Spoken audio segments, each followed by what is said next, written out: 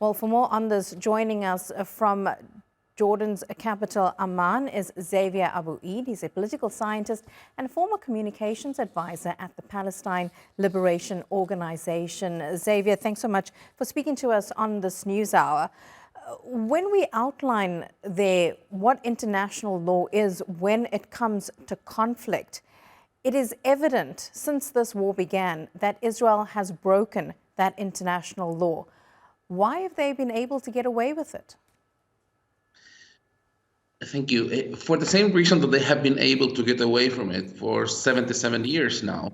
If you want to make some diplomatic history of what has been happening here, Israel's condition to become, or the UN's condition for Israel to become a member of the UN in 1949 was to respect Resolution 194 on the right of return of Palestinian refugees and 181 on the two-state solution.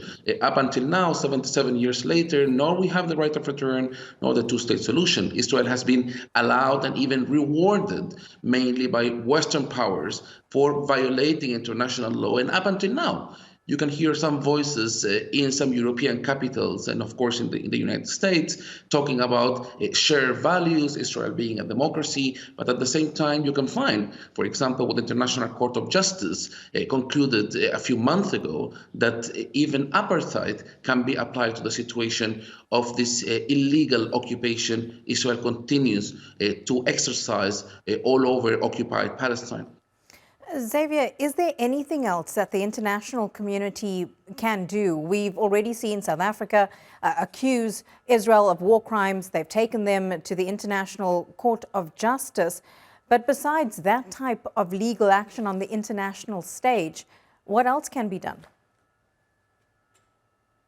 There are certainly so many things that can be done, and I appreciate that you mentioned the effort of South Africa taking Israel to the International Court of Justice on the violation of the Genocide Convention, which is a very serious crime. I would say, though, that all efforts conducted, whether by South Africa or by other members of the Global South, have been totally undermined, again, by the same Western powers that come out to lecture others on human rights, international law, or the idea of a rules-based international order. What we are witnessing in Gaza, the Israeli acknowledgement, they accept that they're committing a war crime. They're openly saying, and we have to be thankful for the role of media, by the way. There was an Al Jazeera crew that was there, and they were able to film exactly the moment when Nasser Hospital was attacked. If we are to accept that those crimes continue to be acknowledged by the occupying power without any sort of response, I think we're in big trouble. Why?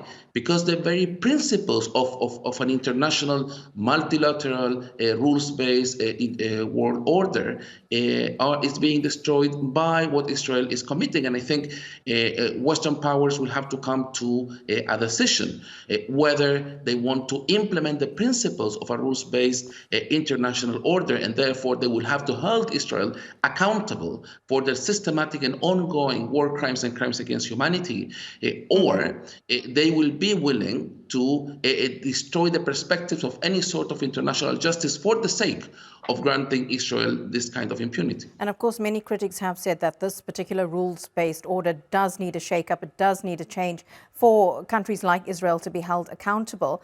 But what about Palestinian groups within the territories themselves? Is this a time now more than ever where there needs to be unity among people and among the political establishment? This is a very important point, and I would not just reduce this to Palestinians inside the occupied Palestinian territory. There is a need to unify the whole of the Palestinian national movement. And as far as I know, there have been some attempts, there have been some calls both regionally and domestically for national reconciliation, which I think it's a very important point that there are many tools that can be used on that matter, including for calling for the Palestine National Council, the Palestine Central Council. But in principle, whether we get to that point or not, the Israeli crimes have to be stopped. Here we have 2 million Palestinian civilians that are paying the price for the international action. And I would just like to add one point, because sometimes of course, we have to focus a lot on Gaza because there is a genocide taking place there.